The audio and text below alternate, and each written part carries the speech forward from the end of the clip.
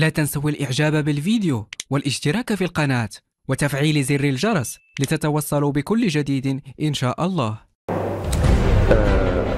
عبد القادر الشناوي، ممثل مؤسسة إكشانج مختصة في الكتب باللغة الإنجليزية هنا في الملتقى العاشر.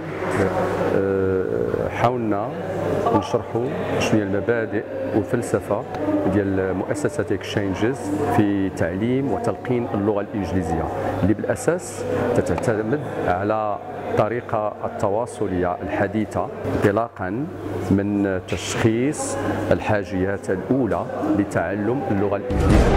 عبد الرحيم العراس، مسؤول عن قسم المقاولات المتوسطة والصغرى بوفاء اسيورونس. احنا اليوم كنتواجدوا كوم سبونسور جولد ديال le 10e forum national. L'objet de notre présence aujourd'hui, c'est de présenter les différentes offres destinées à savoir l'offre Wafa Pro, qui est une assurance multirisque qui couvre à la fois la garantie incendie, bris de glace, vol, dégâts des eaux, etc. Et couvre aussi la responsabilité civile des écoles. Deuxième offre, c'est la RC scolaire, qui couvre à la fois la responsabilité de l'école et aussi bien les indemnités contractuelles pour les élèves, avec des avantages, à savoir l'ambulance et le transport médicalisé des élèves en cas d'accident au sein de l'école et même pendant le transport des élèves de leur domicile jusqu'à l'école. Et aussi bien pendant les activités parascolaires, les activités à l'intérieur de l'école et même des fois quand il s'agit d'une activité parascolaire organisée en dehors de l'école.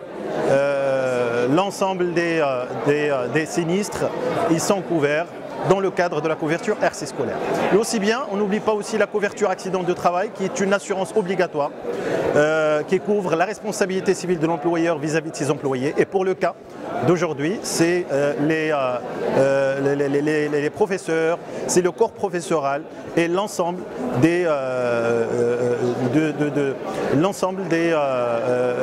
du corps professoral de l'école. Voilà. Et merci. رشيد سوبات، المدير ديال المكتبة الشريفة باشيغا. احنا التخصص ديالنا هو تجهيز المختبرات ديال المؤسسات التعليمية الخصوصية والعمومية. احنا تنجهزوا المختبرات كاملين حتى بالنسبة للمستويات الصغرى بريسكولير والبريمير كوليج ليسي. التخصص ديالنا ولا لا فالور اجوتي ديالنا هي انه حنا عندنا خبره في الميدان العلمي، تنحاولوا نديروا المواكبه ديال الاساتذه والاطر التربويه باش هاد المواد اللي تنجهزوا بهم المختبرات نحاولوا نسيروهم ويخدموهم بأحسن طريقه. عندنا مثلا لي فاليز ديداكتيك ديال الدوره الكهربائيه تنحاولوا باش التلاميذ يستافدوا منها ويتعلموا لها.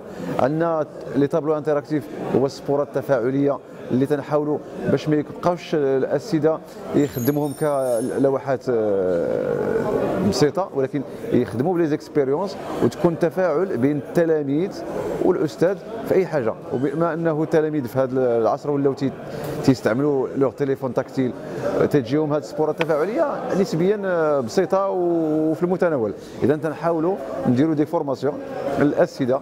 عندنا في المختبر ديالي الاربعاء، في كل اربعاء عندنا دورات تكوينيه بالمجان في باشرام، وتنحاولوا باش الاساتذه يجيو ويلقاو الاسئله ديالهم ويحاولوا نعطيهم المستجدات ديال توسكي لوجيسيال جديد بالنسبه سواء البروميتيون سواء السمارت، اي لوجيسيال تيخدموه في المؤسسه ديالهم تنحاولوا ندير لهم دي فورماسيون.